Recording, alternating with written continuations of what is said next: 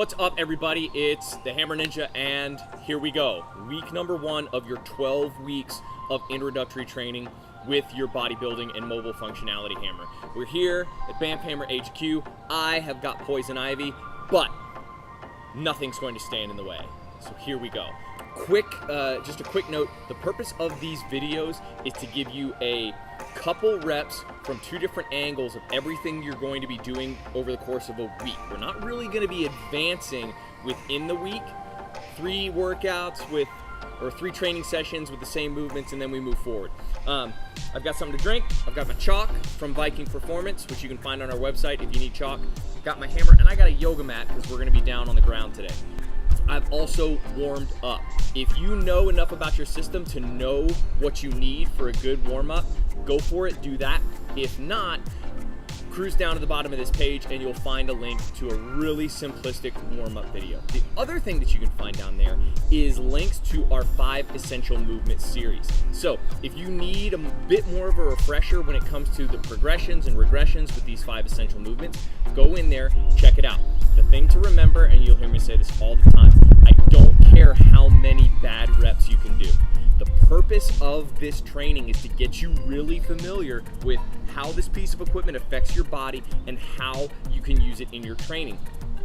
What that means is if we get into the training session and I say do 20 reps and you're absolutely fried after 10, you're not going to be able to do 20 reps for 5 rounds, nor should you. So adjust the numbers, back them off. If you don't know how to go about making those regressions, shoot me a quick email and we'll see if we can take care of it, okay? The body weight movements that we're gonna get into are going to become a really good go-to warm-up series, so 10 reps of 3 to 5 of them, and then we'll get into your 5 hammer movements for this week. Down below me is rep counts, rest time frames, and number of rounds.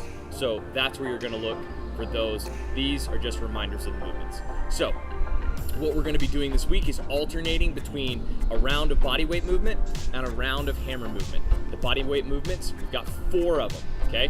Movement number 1, we're gonna be doing a hinge jump, okay? This is transferring movement into the swing. So what I'm looking for is hinge at the waist, and from here, I wanna push back on my hips, then I'm going to vertically explode, all right? We're looking for triple extension when I get up in the back, so you'll see my ankles go flat, my knees are straight, and my hips are straight.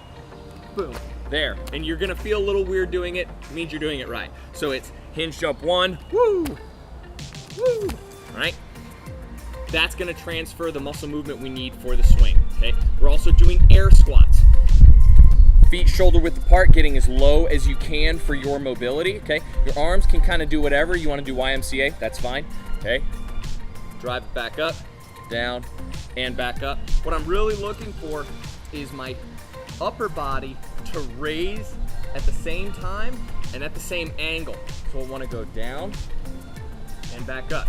What I wanna avoid is like advertising like you're at the club. So I don't wanna do this. Nope. Okay, come straight up, all right? Movement number 3 is going to be a Superman to hollow body. That's why we've got our mat here. This is gonna be good positioning work. We're looking for your abs to be really, really braced, and then we're gonna go back into extension. So, using your mat, I'm gonna start Superman, okay? Fingertips together, toes together, and now I'm going to roll in either direction. I think I got more room to my left without touching my hands or feet into hollow body. Okay, there we go. Hands touching, toes touching. And roll back, okay? Try and balance on the smallest amount of your body as possible. So the smallest amount of my stomach, the smallest amount of my lower back is what I'm looking to do to be on from Superman to hollow body. And lastly, because I love you so much, we're gonna be doing burpees. Burpees have a push-up. If you've been doing burpees without a push-up, the coach doesn't love you enough to correct you.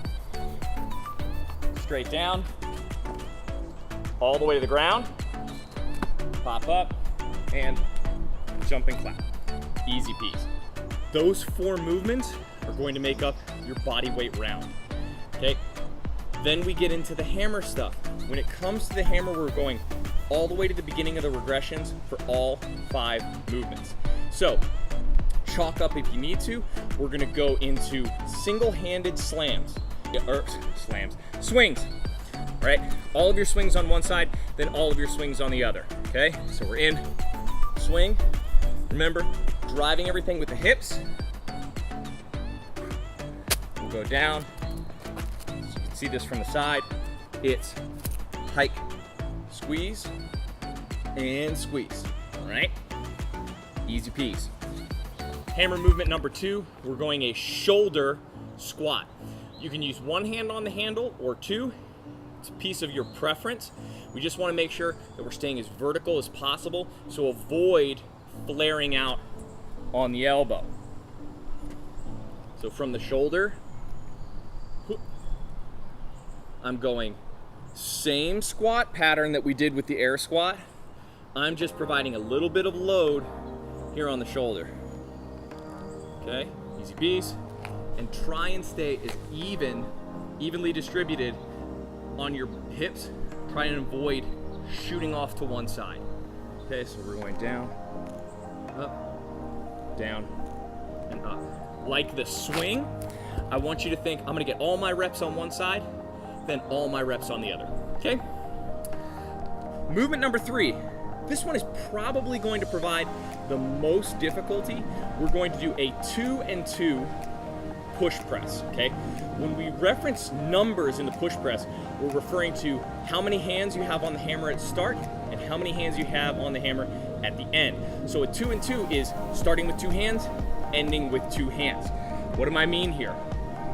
We went through this in the essential movement video, but I'm starting 2 hands on the hammer, using a dip and drive with my legs. I'm going dip, drive, and up, 2 hands on top to help me establish control. Then return to 2 hands. Dip, drive, return, dip, drive, and return. Okay, that's movement number 3. Movement number 4, we're going shoulder pauses for a 360. Okay, starting in front support, I'm going, whichever hand is on top, we're going in the direction your index finger points, to the shoulder, to the back, to the shoulder, and to the front. Okay, showing a different angle, we're going shoulder. Remember, we're looking for elbow position more than anything. To the back, to the shoulder, and to the front. Avoid, to the greatest degree you can, moving your hands on the handle. As we get more dynamic with that movement, there's no time to move your hands on the handle. So we want to avoid altogether developing that habit, because we're not going to have the ability to do it later. All right, lastly, we're going to do single slams from a base start position. So it's going to be swing, stand up, just try and get the hammer landing flat. I'm putting no emphasis into the ground. I just want it to land flat and bounce straight up.